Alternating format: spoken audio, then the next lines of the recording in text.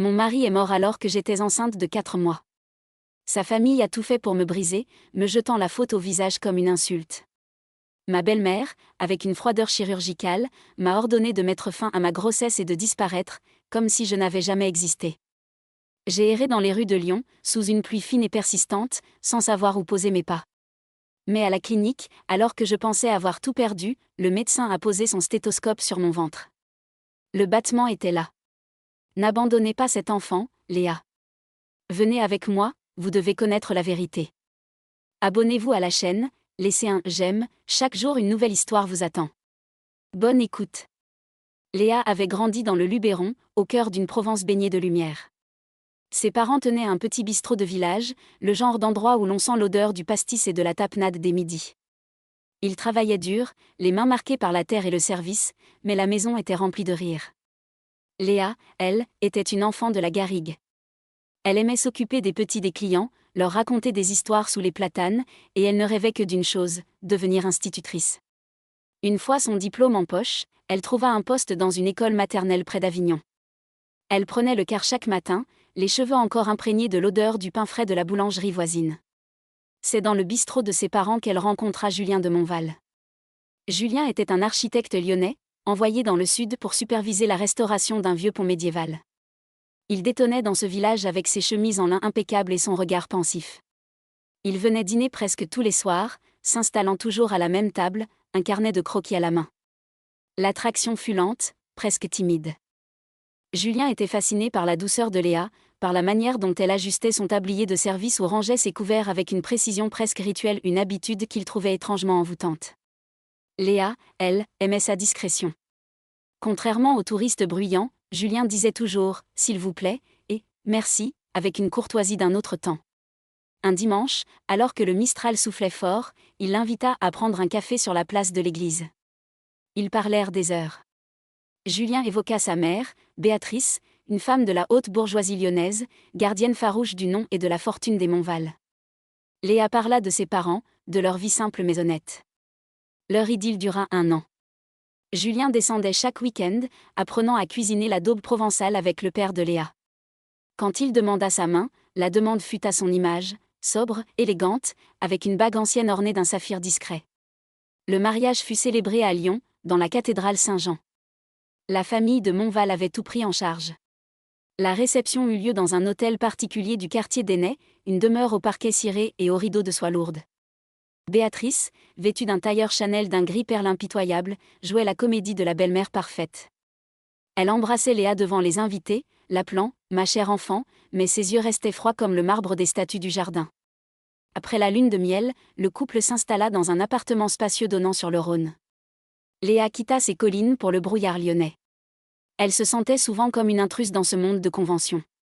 Mais Julien était là. Il caressait ses mains, aimant la texture de sa peau, et il faisait des projets pour l'avenir. Quand Léa découvrit qu'elle était enceinte, la joie fut immense. Julien passait des soirées entières à murmurer des prénoms contre son ventre, promettant d'être le père qu'il n'avait jamais eu. C'est à ce moment que Béatrice changea de visage. En public, elle restait polie. En privé, ses remarques devenaient des lames de rasoir. Elle critiquait l'accent de Léa, ses vêtements trop simples, son manque de « tenue ». Elle demandait si l'enfant serait capable de porter dignement le nom des Montval avec un tel héritage paysan. Un matin pluvieux d'octobre, Julien dut partir pour un chantier dans les Alpes. Un voyage de routine. Il embrassa Léa, posa une main sur son ventre et lui demanda de l'attendre pour le dîner du vendredi. Le vendredi, ce n'est pas Julien qui revint, mais un appel de la gendarmerie. Sa voiture avait quitté la route dans un col sinueux, sous un orage violent. On ne retrouva qu'un véhicule broyé au fond d'un ravin. Le choc fut tel que Léa s'effondra sur le sol de marbre froid, le silence de l'appartement devenant soudainement assourdissant. Les funérailles furent une torture. Le cercueil était fermé. Béatrice, voilée de noir, pleurait avec une théâtralité qui mettait Léa mal à l'aise. Une fois la cérémonie terminée et les invités partis, le masque tomba. Le soir même, Béatrice convoqua Léa dans le grand salon. Elle n'avait plus de larmes. Elle affirma que Julien avait laissé des dettes colossales, que l'entreprise familiale était en péril par sa faute. Elle accusa Léa d'avoir été une « malédiction » pour son fils. « Cette grossesse est une erreur, Léa », dit-elle d'une voix monocorde. Une Montval ne laisse pas un bâtard sans avenir ternir sa lignée. Elle jeta une enveloppe de billets sur la table basse, accompagnée d'une adresse de clinique privée. Elle lui ordonna d'avorter et de quitter la ville immédiatement, la menaçant de la laisser sans un souci. Elle refusait. Léa sortit de la maison de Montval avec pour seul bagage sa douleur et cette enveloppe qu'elle n'avait pas touchée. Elle marcha des heures sous la pluie, sentant son cœur se serrer à chaque pas de ses talons sur le pavé lyonnais. Elle finit par entrer dans une petite clinique de quartier, non pas pour suivre les ordres de Béatrice, mais parce qu'elle se sentait défaillir. C'est là qu'elle rencontra le docteur Clément. Après l'avoir examinée, il s'assit face à elle, son regard gris plein de compassion. « Le cœur de votre bébé bat fort, madame. Ne l'écoutez pas. Mais il y a autre chose. Un homme du nom de Montval est venu ici, quelques jours avant sa disparition. Il m'a confié un secret que vous seul devez entendre. » Léa se figea. Julien était passé ici ? Le médecin sortit alors une petite clé USB d'un tiroir scellé. « Madame, votre mari ne vous a pas tout dit. Et ce que je vais vous révéler pourrait changer tout ce que vous croyez savoir sur cette tragédie. » Le docteur Clément ferma la porte du cabinet à double tour. Le silence qui suivit était lourd, presque palpable. Léa serra nerveusement les pans de son manteau de laine bouillie, une pièce qu'elle aimait pour sa texture rugueuse et protectrice, contrastant avec la soie glaciale des robes qu'elle devait porter chez les Montval. « Votre mari n'était pas l'homme fragile que sa mère décrivait, Léa, » commença le médecin d'une voix sourde. Il était acculé. Il inséra la clé USB dans son ordinateur. L'écran s'alluma, révélant plusieurs dossiers cryptés et une vidéo. Léa retint son souffle. L'image apparut, Julien, filmé dans la pénombre, le visage marqué par une fatigue profonde. Il portait son pull en cachemire sombre, celui dont Léa aimait tant effleurer la maille délicate les soirs d'hiver. « Léa, mon amour », commença la voix de Julien, un peu tremblante. « Si tu regardes ceci, c'est que le pire est arrivé, ou du moins qu'on veut te le faire croire. Ma mère. » Béatrice a transformé l'entreprise familiale en une machine à blanchir de l'argent pour des partenaires douteux. J'ai découvert des documents dans le coffre du domaine. Elle veut me faire porter le chapeau pour une faillite qu'elle a elle-même orchestrée.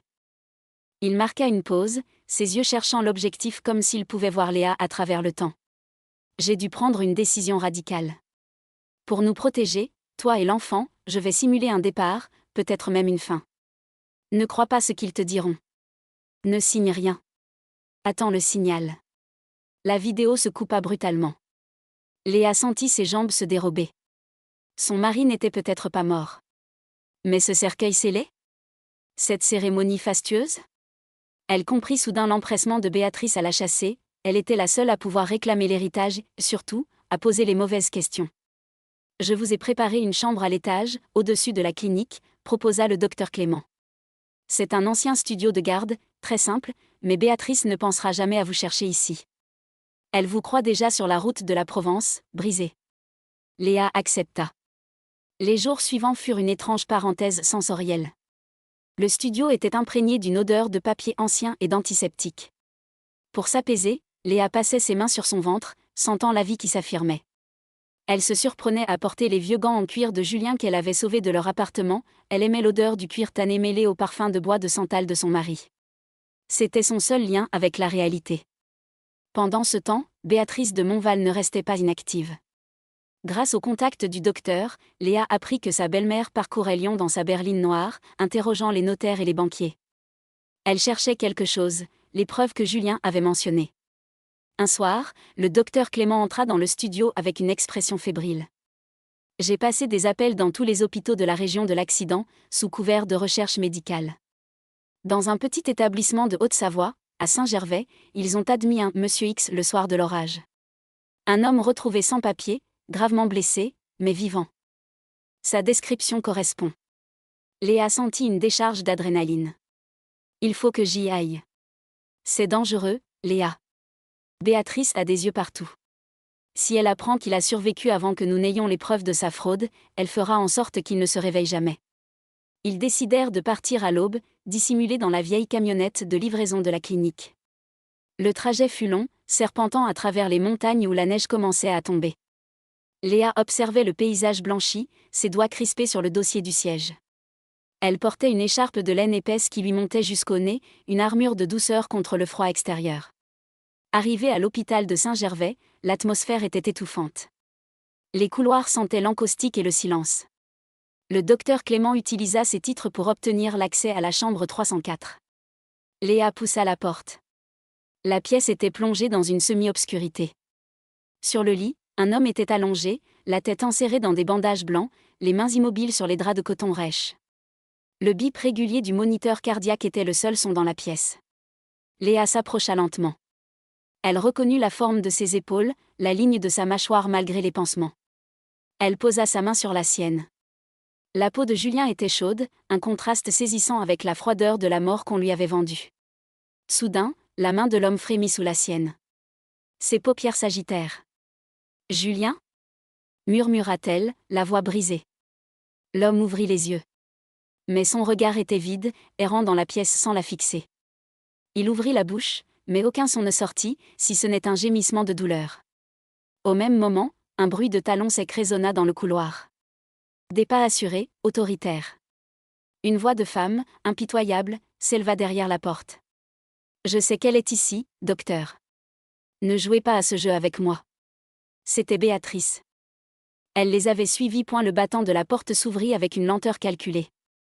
Béatrice de Montval apparut, silhouette d'ébène sur le fond blanc immaculé du couloir. Elle portait une cape en cachemire noir et des gants en cuir fin, si ajustés qu'ils semblaient une seconde peau, une habitude qu'elle avait pour ne jamais toucher directement ce qu'elle considérait comme impur. Son regard ne se posa pas sur son fils blessé, mais se planta dans celui de Léa avec une hostilité glaciale. « Quelle mise en scène pathétique, Léa !» lança-t-elle, sa voix résonnant comme un couperet. « Je savais que votre instinct de survie vous pousserait à fouiller les décombres. Mais vous franchissez une ligne dangereuse. » Le docteur Clément s'interposa. « Madame de Montval, votre fils est dans un état critique. Il souffre d'un traumatisme crânien sévère et d'une amnésie partielle. Votre présence ici doit être celle d'une mère, pas d'une créancière. » Béatrice retira lentement son gant droit, doigt après doigt, un geste d'une précision chirurgicale qui trahissait sa nervosité contenue. « Ma présence est celle de la seule autorité légale de cette famille. Julien est incapable de discernement. Tout ce qu'il pourrait dire ou faire est nul. » Sur le lit, Julien laissa échapper un souffle court. Ses yeux, d'un bleu délavé par la douleur, passaient de Léa à Béatrice. Il semblait lutter contre des spectres. Léa se pencha vers lui. Elle ne portait aucune parure, juste le parfum discret de la lavande qu'elle avait ramené de Provence, une odeur de terre et de soleil qui jurait avec le parfum capiteux et artificiel de Béatrice. « Julien, regarde-moi » murmura Léa. Elle prit sa main, la pressant contre son ventre arrondi. « Sens-tu ce battement ? C'est ton fils. C'est la vérité que l'on veut étouffer. » Un éclair de lucidité traversa le regard de l'architecte. Sa main se crispa sur celle de Léa. « Léa, le pont, l'argent. » balbutia-t-il dans un souffle. Béatrice fit un pas en avant, le visage déformé par une grimace de mépris. « Ne l'écoute pas, Julien. Cette fille n'est qu'une opportuniste rencontrée dans un bouge de province. Elle profite de ta faiblesse pour te soutirer ce qu'il reste de notre héritage. » Elle se tourna vers deux hommes en costume sombre qui attendaient dans le couloir, ses avocats, ou peut-être ses hommes de main. « Faites sortir cette femme. Elle n'a aucun droit ici. Le mariage n'a jamais été validé par mon conseil de famille. » C'est alors que Léa se redressa. Elle ne tremblait plus. Elle sortit de sa poche la petite clé USB, l'objet métallique brillant sous les néons froids de la chambre. « Vous parlez de droit, Béatrice ? Parlons plutôt de transparence. J'ai ici les enregistrements de Julien. Les preuves des détournements de fonds que vous avez orchestrés sur le chantier du Vieux Lyon. Les noms de vos associés, les comptes aux Bahamas. » Le silence qui suivit fut total, seulement interrompu par le bip-bip monotone du moniteur. Le visage de Béatrice devint livide, la peau se tendant sur ses pommettes comme du parchemin. « Vous n'oserez pas » siffla-t-elle. « J'ai déjà envoyé une copie cryptée à un cabinet d'avocats à Paris » mentit Léa avec un aplomb qui surprit le docteur Clément. « Si Julien ou moi-même subissons la moindre pression, ou si nous sommes séparés, tout sera rendu public. Vous ne perdrez pas seulement votre fortune, Béatrice. Vous perdrez ce que vous chérissez le plus, votre réputation. » Béatrice se figea. Dans ce duel psychologique, l'esthétique du pouvoir se heurtait à la force brute de la vérité. Elle regarda son fils, cet homme brisé qu'elle avait tenté de transformer en bouclier fiscal, puis elle regarda Léa, cette « fille du Sud » qu'elle avait sous-estimée. Soudain, Julien se redressa brusquement, une quinte de tout le secouant. Du sang tacha le drap de coton blanc. Léa se précipita, mais Béatrice fut plus rapide. Elle saisit le bras de Léa avec une force surprenante, ses ongles s'enfonçant dans le tissu de son chandail. « Tu crois avoir gagné » murmura la belle-mère à son oreille. « Julien ne se souviendra jamais de toi comme de sa femme.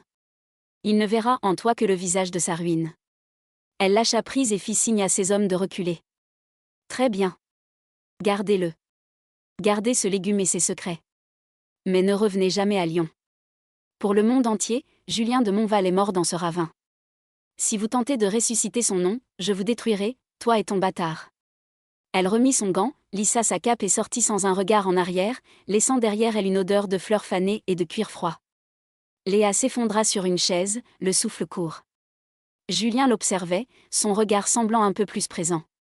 Il tendit une main tremblante vers son visage. « Pourquoi, elle est partie ?» demanda-t-il. Léa l'embrassa sur le front. « Parce que l'ombre ne supporte pas la lumière, Julien. On va partir d'ici. On va recommencer, loin des Montval. » Mais alors qu'elle pensait avoir scellé leur sécurité, le docteur Clément entra en courant, le visage décomposé. « Léa, vite. Les freins de la camionnette, quelqu'un les a sectionnés. Et ce n'est pas tout. La gendarmerie vient de recevoir un signalement, ils vous accusent d'avoir kidnappé un patient amnésique. » Béatrice n'avait pas abdiqué. Elle avait simplement changé de terrain de chasse-point et la vapeur s'échappait des bouches en petits nuages blancs alors que le docteur Clément guidait Léa et Julien à travers les sous-sols de la buanderie. L'odeur entêtante de l'eau de javel et du linge humide imprégnait les murs de béton. Au loin, les sirènes de la gendarmerie déchiraient le silence de la vallée, se rapprochant avec une précision terrifiante. Béatrice n'avait pas perdu de temps, elle avait transformé Léa en criminelle aux yeux de la loi française. « On ne peut pas prendre la route principale », souffla le médecin, jetant un regard par-dessus son épaule. « Ils attendent la camionnette. On va utiliser le vieux monte-charge pour rejoindre le sentier des randonneurs. » Julien, enveloppé dans une couverture en laine épaisse, ses yeux encore embrumés par la confusion, s'appuyait lourdement sur l'épaule de Léa. Elle sentait la chaleur de son corps à travers le tissu, une présence solide qui lui donnait une force insoupçonnée. Elle portait ses bottes de cuir dont le bruit sourd sur le sol métallique du monte-charge rythmait ses battements de cœur. Ils émergèrent à l'arrière de la clinique, dans la forêt de sapins noirs. Le froid était vif, piquant la peau comme des milliers de petites aiguilles. Le docteur les fit monter dans un vieux 4x4 poussiéreux, caché sous une bâche. « Allez au refuge de l'Aigle, c'est le vieux chalet de mon grand-père. Il est à 3 heures de marche si la route est coupée, mais vous pouvez y accéder par le col de la Croix de Fer. » Il tendit à Léa une petite trousse médicale et une enveloppe. « Il y a de quoi soigner ses plaies. Et un téléphone jetable. Ne l'allumez qu'en cas d'urgence absolue. » Le trajet fut une épreuve de silence et de tension. Léa conduisait avec une concentration extrême, évitant les phares qui balayaient la vallée.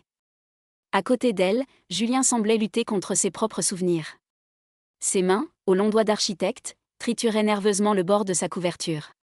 Parfois, il effleurait le poignet de Léa, cherchant un ancrage dans sa réalité fragmentée.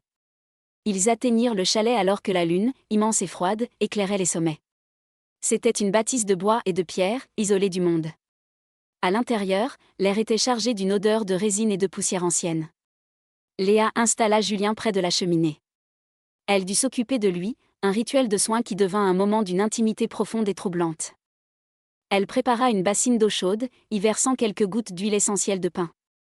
Avec une éponge naturelle, elle commença à nettoyer le visage de Julien, évitant les cicatrices encore fraîches. Ses gestes étaient lents, presque rituels. Elle sentait le regard de Julien sur elle, un regard qui retrouvait peu à peu son intensité d'autrefois.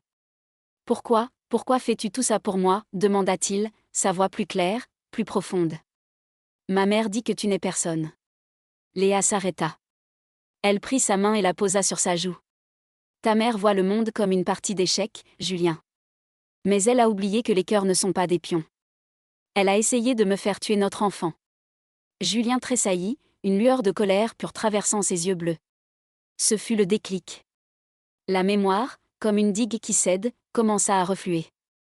Il se souvint non seulement des comptes cachés, mais d'une chose plus grave. Béatrice n'était pas seulement une fraudeuse, elle avait sciemment laissé le père de Julien mourir des années auparavant pour prendre le contrôle total du nom de Montval. Les jours suivants furent un mélange de convalescence et de paranoïa. Léa changeait ses pansements, admirant la résilience de cet homme. Elle aimait le contraste entre la rudesse du chalet, le bois brut, la peau de bête au sol et la douceur de leurs échanges. Elle portait souvent un large pull de laine blanche qui soulignait sa silhouette de future mère, un symbole de vie au milieu de cette forteresse de glace. Cependant, le danger rôdait. Un soir, alors que Léa surveillait le chemin à la jumelle, elle vit une lueur suspecte. Une voiture noire, une berline qui n'avait rien à faire sur ces chemins de chèvre. Béatrice n'utilisait plus seulement la loi. Elle avait engagé des nettoyeurs. « Julien, ils arrivent », dit-elle en rentrant précipitamment. Julien se leva, plus assuré. Il ramassa un vieux tisonnier en fer forgé. « Cette fois, je ne fuirai pas, Léa. » Mais ce ne fut pas Béatrice qui sortit de la voiture. Un homme seul s'avança, les mains levées, vêtu d'un long trench-coat sombre. Il s'approcha de la porte et frappa 3 coups secs. « Monsieur de Montval ? C'est l'inspecteur Morel, de la brigade financière de Lyon. Votre médecin m'a contacté. Mais vous devez savoir une chose. Votre mère vient de lancer une procédure de mise sous tutelle pour démence sénile à votre encontre. Si vous ne vous présentez pas devant le procureur demain matin, vous perdrez tout. Absolument tout. Même votre fils. » Léa sentit un froid glacial l'envahir. Béatrice ne voulait plus seulement leur disparition. Elle voulait leur existence légale. Elle voulait que l'enfant naisse dans une prison dorée, sous son contrôle total. Le ciel de Lyon était d'un gris d'étain, lourd d'une pluie qui hésitait à tomber. Devant l'imposante porte cochère du cabinet de Maître Vaugrenard, l'un des notaires les plus influents de la ville, Léa réajusta son manteau de laine bouillie. Sous le tissu épais, elle sentait le mouvement vigoureux de son enfant, comme un rappel silencieux de ce qui était en jeu. À ses côtés, Julien, dissimulé sous un chapeau de feutre et une écharpe de soie sombre, respirait lentement. Ils allaient entrer dans la fosse aux lions. À l'intérieur, l'atmosphère était feutrée. L'odeur de la cire d'abeille et du cuir des vieux volumes de droit flottait dans l'air. Béatrice de Montval était déjà là, assise dans un fauteuil de velours pourpre. Elle portait une robe de soie noire d'une coupe impeccable, ses perles reflétant la lumière froide des lustres. Elle semblait régner sur la pièce, certaine de sa victoire imminente. « Vous perdez votre temps, maître », disait-elle au notaire d'une voix sèche. « Ma belle-fille est instable et mon fils est... » Elle s'interrompit. La porte venait de s'ouvrir. Julien s'avança dans la lumière. Il retira son chapeau, révélant ses cicatrices encore rosées, mais son regard était d'une clarté absolue. Le silence qui suivit fut assourdissant. Béatrice ne se leva pas. Elle ne courut pas vers lui. Elle se contenta de serrer les accoudoirs de son fauteuil, ses jointures blanchissant sous la tension. Sa première phrase ne fut pas un cri de joie, mais une question glaciale. « Pourquoi as-tu gâché ton propre enterrement, Julien ?» Julien s'assit face à elle, Léa à ses côtés. « Parce que je ne suis plus l'esclave de ton nom, mère. » Pendant l'heure qui suivit, le salon devint le théâtre d'une mise à nu brutale. Julien déposa la clé USB sur la table en acajou. Le docteur Clément, présent en tant que témoin, attesta de l'état de Julien et des pressions subies par Léa. L'inspecteur Morel, resté dans l'ombre, confirma que les preuves de détournement de fonds étaient suffisantes pour ouvrir une instruction judiciaire. Béatrice tenta de se défendre avec l'élégance du désespoir. Elle parla de « sauvegarde du patrimoine », de « rigueur nécessaire ». Mais quand Léa prit la parole, le ton changea. « Vous m'avez jeté à la rue avec une enveloppe de billets, Béatrice, » dit Léa, sa voix calme mais ferme comme le granit. « Vous avez voulu effacer le cœur qui battait en moi parce qu'il ne rentrait pas dans vos bilans comptables. L'argent des Montval ne m'intéresse pas. Ce que je veux, c'est que mon fils grandisse loin de votre poison. » L'accord fut signé avant la fin de la journée. Julien renonçait à ses parts dans l'entreprise familiale, une entreprise condamnée de toute façon à de lourdes amendes en échange d'une somme équitable et, surtout, d'une rupture totale de tout lien juridique avec sa mère. Béatrice, acculée par la menace d'un scandale public qui détruirait ce qu'il restait de son prestige, signa d'une main tremblante. 5 ans plus tard. L'air vibrait de la chaleur de juillet dans le Vaucluse. Léa observait Julien dans leur atelier de menuiserie, au rez-de-chaussée de leur maison de pierre. L'odeur du cèdre fraîchement coupé et de la cire parfumait l'espace. Julien travaillait le bois avec une sensualité patiente, ses mains, autrefois habituées aux plans d'architecte, créant désormais des meubles robustes et habités. Leur fils, petit garçon aux yeux sombres et aux genoux écorchés, courait entre les établis. Il l'avait appelé Clément, en hommage au médecin qui les avait sauvés. Une lettre arriva par le courrier de l'après-midi.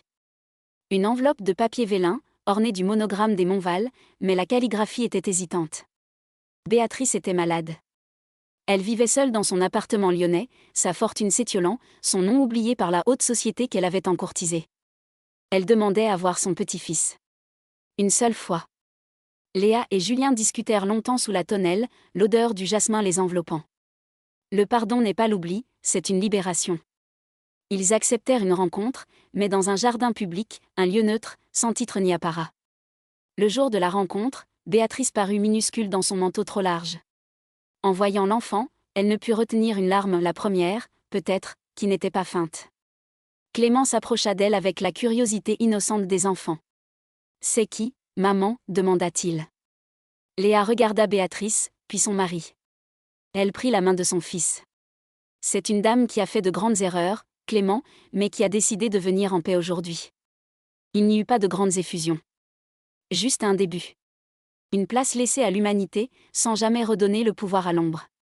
Sur le chemin du retour, dans la lumière dorée du couchant, Léa sentit une paix profonde. Elle n'était plus la petite serveuse de bistrot, ni la veuve bafouée. Elle était la gardienne d'une famille qui avait choisi l'amour plutôt que le sang. Si vous avez aimé cette histoire de résilience et de courage, n'oubliez pas de vous abonner. Écrivez en commentaire le nom de votre ville, nous aimons savoir d'où vous nous écoutez. Chaque jour, une nouvelle vie, un nouveau destin. Merci et à demain pour une nouvelle histoire.